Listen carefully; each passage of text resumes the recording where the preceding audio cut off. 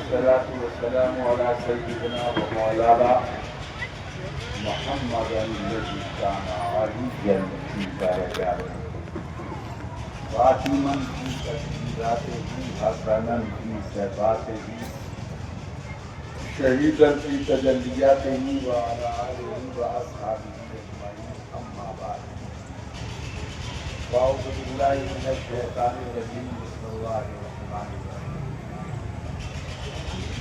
ألا إن أولياء الله لا خوف عليهم ولا هم يحزنون الذين آمنوا وكانوا يتقون نبی اور آل نبی کی بارگاہ میں حاضر اللهم صل على سيدنا سيدنا مولانا محمد وعلى ال سيدنا سيدنا مولانا محمد وعلى جسده في الأسرار وعلى قبره في القبور وعلى آله وصحبه وسلم.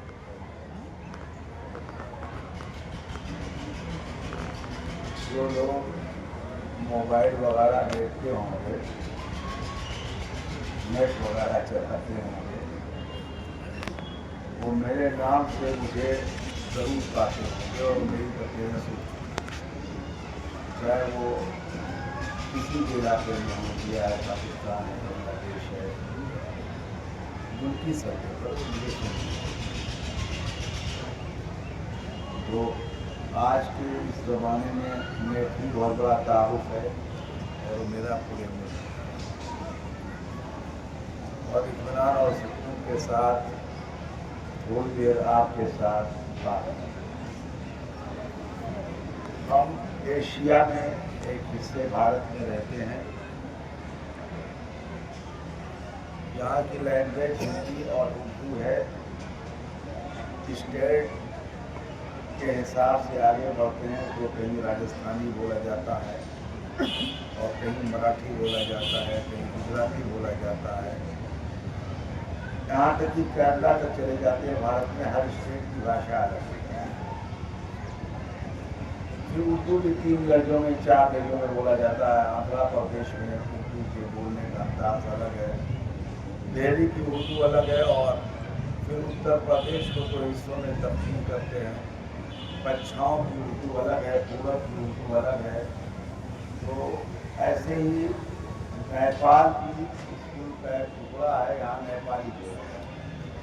تو جیسے اس علاقے کے لوگ ہندی اردو سمجھ لیتے ہیں، ایسے ہی آپ سمجھے نیپال کے لوگ بھی ہندی اردو سمجھتے ہیں. تو ہماری لینگویج جو ہے وہ عربی نہیں اردو ہے، اور مذہب کا تعلق جو ہے وہ عرب سے ہے. انا انزلناہ قرآنا عربیا لعلکم تعقلون. مطلب ہم کو غور فکر کرنے کی کا جو آدیش دیا گیا ہے یا مشورہ دیا گیا ہے وہ عربی بھاشا پر ہے. یا عربی بھاشا میں جو قرآن نازل ہوا ہے عربی زبان پر، اس پر غور کریں. ٹھیک ہے.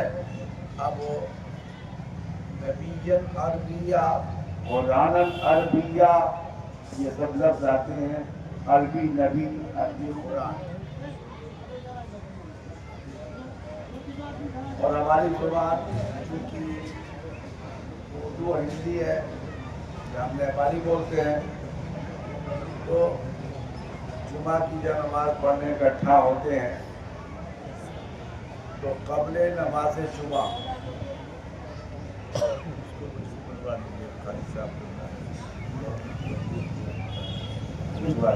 جی اوقات صلاۃ کو رکوا دیا. جو اگربتی جل رہی ہے الرجی پیشنٹ کے لیے نقصان ہے. تو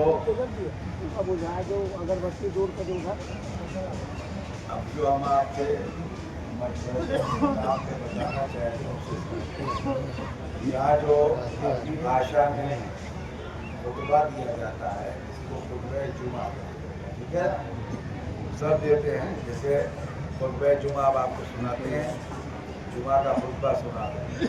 الحمدللہ الذی جعل یوم الجمعہ فصلوا الی ذکر اللہ والصلاۃ والسلام علی سیدنا و مولانا محمد المصطفیٰ وعلی آلہ المجتبیٰ خصوصاً علی افضل البشر بعد الانبیاء بالتحقیق امیر المومنین سیدنا ابی بکر الصدیق وعلی الناطق بالصدق والصواب امیر المومنین عمر بن خطاب وعلی کامل الحیاء والایقان امیر المومنین سیدنا عثمان بن عفان وعلی غالب کل غالب امیر المومنین علی ابن ابی طالب وعلی الامامین الہمامین السیدین شہیدین ابی محمد علی الحسن وابی عبد اللہ الحسین وعلی امہما سیدۃ النساء فاطمۃ الزہرا وعلی امہ شریفین مطہرین من الادناس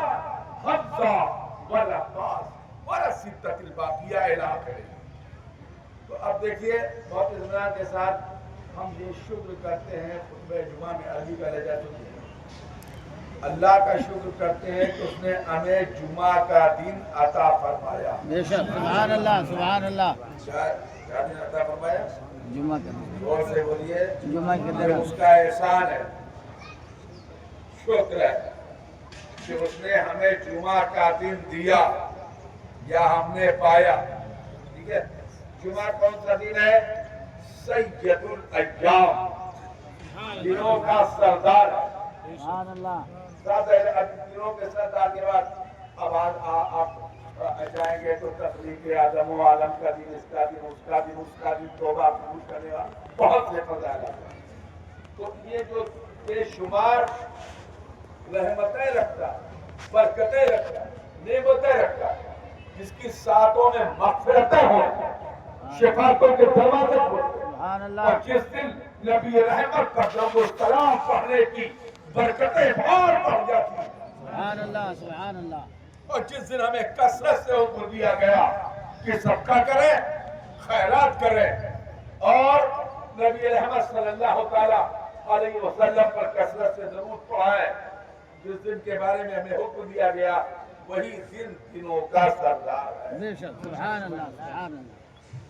ٹھیک ہے، اب یہ بات ہوگی۔ اور درود نازل ہو، وہ تو ہو ہی رہا ہے، سبحان اللہ۔ ہم اگر نہ چاہیں تب بھی کریں، ٹھیک ہے، وہ تو اللہ کا کام ہے اور اس کے فرشتوں کا کام ہے۔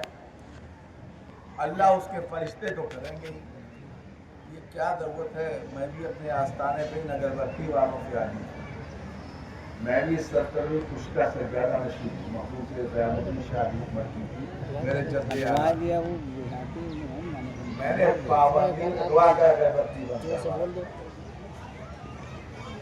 ٹھیک ہے، اس کو وقت صلاۃ بنتا نماز کا وقت ہے، یہ خطیب کے لیے اور نماز پڑھانے والے کے لیے اور بولنے والے کے لیے اس کی خوشبو آواز بٹھاتی ہے اور بلغم پڑھا دیں، تو بار بار اس کو کہہ رہے ہیں اس کو بند کر دیجیے اور اس کی کوئی ضرورت نہیں ہے۔ میں کہا کرتے ہوئے چلائیے، وہ آپ کا رسم و رواج ہے، چھیڑ کر کے سنسکرتی ہے تو کیا کریں گے، کرنا کی ضرورت کوئی نہیں لگتی۔ تو درود کو نازل ہو رہا ہے نبی رحمت صلی اللہ علیہ وسلم پر، ان کے اصحاب پر اور ان کی آل پر۔ اب جب اصحاب کا ذکر آیا تو اصحاب میں 4 صحابہ کا ذکر آیا، بہت غور سے سنیے گا، یہ فرمان خطبہ ہے، یہ خطبہ در حقیقت انتخاب موضوع قبل جمعہ ہے، آپ عرب نہیں ہیں اور نہ آپ کی بھاشا عربی ہے۔ اگر آپ کے پاس علم ہے تو اس چیز کو آپ کو سمجھایا جاتا ہے کہ جمعہ سے پہلے آپ کا انتخاب کیا کیا ہوگا موضوعات میں۔ تو یہاں پر پہلا ذکر کیا گیا افضل الناس بعد الانبیاء، آپ اس بات کا عقیدہ رکھیں کہ نبی اور رسولوں کے بعد ابو بکر صدیق افضل ترین ہیں، تو اب کبھی آپ جمعہ میں خطاب کریں تو ابو بکر صدیق پر، اور کبھی بولے عمر پر، اور کبھی بولے عثمان پر، اور کبھی بولے آپ مولا کائنات علی مرتضیٰ پر، اور وہ دو امام ولا امامین سیدین شہیدین قبرین طیبین صبتین دو سبتین یعنی سبتین قمرین، دو چار، دو سورج، دو سید، ایک امام حسن یا امام حسین پر بولے یا ان کی ماں پر بولے۔ سبحان اللہ سبحان اللہ۔ انتخاب کر دیا خطبے نے آپ کے خطاب کا۔ آپ فضیلت بیان کریں تو ابو بکر کی، اور فضیلت بیان کریں تو عمر کی، فضیلت بیان کریں تو عثمان کی، فضیلت بیان کریں تو علی کی، فضیلت بیان کریں تو سیدہ فاطمہ کی، اور فضیلت بیان کریں تو امام حسن امام حسین کی، اور فضیلت بیان کریں تو ان چھ کی جو اس کے بعد بات سمجھ آ گئی۔ یہ آپ کو طریقہ بتایا گیا ہے۔ اتنی چیزوں پر آپ چاہیں تو کسی ایک پر تفصیل سے بول دیں، یا جناب ابو بکر کے بولیں، یا عمر پہ بولیں، یا جناب عثمان پر بولیں، یا جناب علی پر بولیں۔ سبحان اللہ سبحان اللہ۔ سبحان اللہ زور سے بولیے تو ہم بول دیتے ہیں۔ ایک پوائنٹ سید النساء فی العالم، سیدہ کی ولادت کے ایام چل رہے ہیں، اس کی پیدائش کے طور پر ایک فکر بول رہے ہیں۔ درود پاک پڑھ لیجیے۔ اللہم صلی علی سیدنا سیدنا مولانا دنیا کی مالدار ترین خاتون جن کا مالی احسان ہے اسلام، اور جن کی دولت سے اسلام پھیلا ہے، اور جن کے دولت کا اور مال کا احسان ہے اسلام پر، وہ سیدہ خدیجہ الکبریٰ۔ سبحان اللہ۔ سیدہ خدیجہ الکبریٰ نے ایک دن رسول کریم صلی اللہ علیہ وسلم سے عرض کیا، یا رسول اللہ میرے پیٹ کا بچہ مجھ سے بات کرتا ہے۔ واہ سبحان اللہ۔ ارے خدیجہ وہ بچہ نہیں بچی ہے، اس کا نام فاطمہ ہے۔ سبحان اللہ سبحان اللہ سبحان اللہ سبحان اللہ۔ میں بہت جمعہ ہے تو بہت لمبی فضیلت کی طرف نہیں جاؤں گا۔